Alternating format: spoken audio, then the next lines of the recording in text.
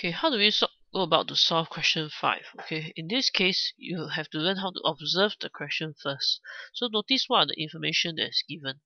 So what I notice is that there's a speed that's given, there's a rest, there's a time after, and the question is asking for deceleration. So the first thing I can think of is the topic of kinematics. Okay, you can recall the topic of kinematics.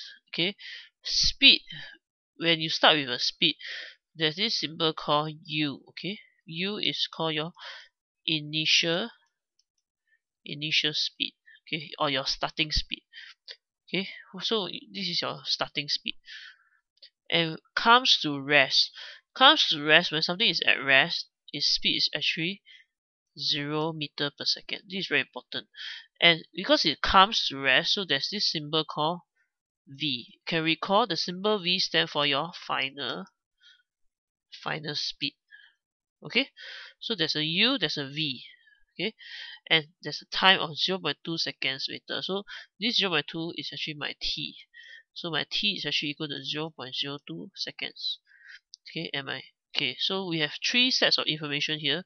Question asks for average deceleration. You can recall the formula for acceleration. A is equal to v minus u over t. This is for acceleration. Okay, so in this question is looking for the word. Okay, we highlight again, deceleration. So what's the difference between deceleration and acceleration? Deceleration is just saying that the speed has decreased. Can you see the keyword? Actually the speed was 200, it comes to rest. So actually the speed has decreased. So instead of using the common formula we can recall for acceleration, when the question asks for deceleration, what I can do is just do this. So deceleration, you just switch the v over and switch the u over. So what I mean is that instead of v minus u, now you put u minus v. Okay, so u minus v, I substitute my u. In this case my u is 200, my v is 0, my time taken for the change in the speed is actually 0.02. So you press your calculator, you should get the answer, which is 2 times 10 to the power of 4 meter per second. Okay, so my answer in this case will be, and please take note, it's not per second because it's not speed, so you must add a square on top. So actually the best answer is actually option D. Okay, so this is for question 5.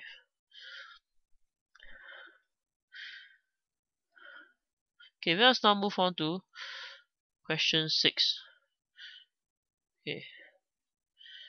Okay, question 6 shows that this is actually you look carefully, it's actually a speed time graph. Okay, speed time graph for a motion of on a skateboard. Okay, speed. So please highlight the keyword called speed. Okay, speed against time. So in this case, it's asked which line in describe his motion for the each 5-second period. So 5 seconds means it's between 0 to 5, and from 5 to 10, and from 10 to 15. Okay, so there are 3 different periods here. So in this case, we are observe one by one. So 0 to 5. Okay, the one from 0 to 5. Notice 0 to 5. This part of the graph actually looks like a curve. Okay, if it's a curve, definitely, if you can recall under speed time graph, it is a curve. The common thing is called non-uniform. So we can choose either B or D as the answer. Okay, and because the speed is going up, so it's a form of acceleration because the speed is going up. Okay, so I can have a 50% chance of getting either B or D correct just from looking at the time between 0 to 5 seconds, because it's a curve. It's not a straight line. How do you know whether it's a curve or straight? Very simple. If you have a ruler with you, maybe just a short 15 cm ruler, you just try to join between this point 0 to this point. Okay, to draw a straight line you need 2 points, right? Just put your ruler here. Okay, in this case I can draw you draw a ruler here. Notice if I join these 2 points, it doesn't form a straight line. So obviously the graph here is a curve. Okay, so this is how you observe whether it's a curve or a straight line. Okay, so let us now move on to look at between 5 to 10 seconds. 5 to 10 seconds, you notice 10 seconds is actually a straight line. Is a horizontal straight line. So you talk about horizontal straight line means the speed does not change. Because at 5 seconds is still 4 meters per second.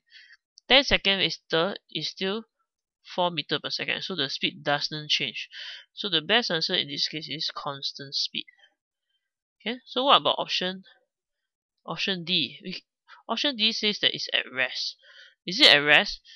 The answer is no, because this is a speed time graph. So even if you look at the graph again, even if it's a horizontal line, it's not at rest. It will be only at rest under one condition, which is I have to change, instead of speed against time, I have to change to a distant time graph. Then this will be the correct answer. But in this case, it is wrong. So without even looking at the last portion from 10 seconds to 15 seconds, I could have already established that my answer would be B. Okay, so you look at 10 to 15 seconds, it's actually a constant. Once you see that it's a straight line, it's a constant or uniform. In this case, it's actually, I think some students have pointed out correctly, this is actually not an acceleration, it's actually a deceleration. So out of the 4 options A, B, C, D, the best answer is still B. So that is for question 6. Okay, what about question 7? Okay, question 7 is the last question on page 3. Okay, you look at this question carefully, it's actually relating something relationship between mass and weight. So first thing, when you look at all this information, try to recall the correct relationship. In this case, you want to recall weight is W, mass is actually symbol M. I can recall this relationship called W weight is actually equal to mass times G. So what is G? G is actually the gravitational field strength. Okay, it's talking about either 10 on Earth or 1.6 on Moon. Okay, so how do we solve the question? Remember the concept of mass of an object. In this case, this box. Mass will always remains constant. This is very important. Okay, so regardless of which planet I bring my object to, regardless whether is it Moon or Earth, the mass remains constant. This is a very important concept. So if mass remain constant, the only thing that will change my weight of the object is actually my G. So the G will change the weight. So this is very important. So let us try this. For this question, you have to do a trial and error method. What it means is that you have to substitute all the values and see which one is correct. So if we look at option A first, mass is 2. So my weight on, if you talk about Earth, if it's 2, my G on Earth is actually 10.